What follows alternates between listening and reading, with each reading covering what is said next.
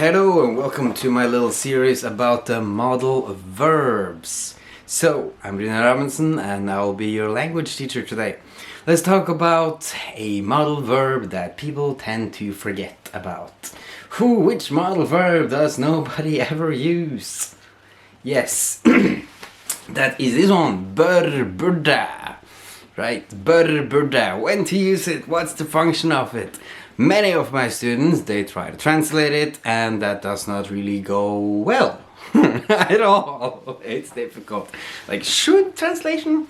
Kind of it. Focus rather than that, I want you all to focus on the function of it. BURDE, I know, pronunciation, a little tricky, but the main function of it is giving advice. Giving advice either to yourself, jeg burde spise sunnere, jeg bør spise sunnere, right? Jeg bør lese mer, jeg bør hente barna I barnehagen, jeg bør gå mer på tur, right? It's like giving advice to yourself. That's the main function of it.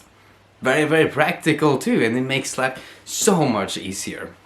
So, when to use them? So here it gets a little tricky. You have the bør, which is the present tense, right? Technically the present tense here, and you have burde that you use, that's the past tense of it. But here's the thing, they're kind of used whichever, right? You'll hear Norwegians using, for example, like I just did, by habit, using the past tense for present tense. This can happen quite a lot, actually. It's the same thing as in English you would say, can you do it for me, or could you do it for me, as a polite form in a sense. It's the same thing with burde. But remember, it's the matter of advice. Like, du burde göra det, eller du bör se den filmen, or imagine, just think about imagining yourself giving advice to a friend about what to do, what to see in Norway, right? Du bör dra till slottet hvis du I Oslo. Du burde se den filmen. Jeg burde gjøre det, right?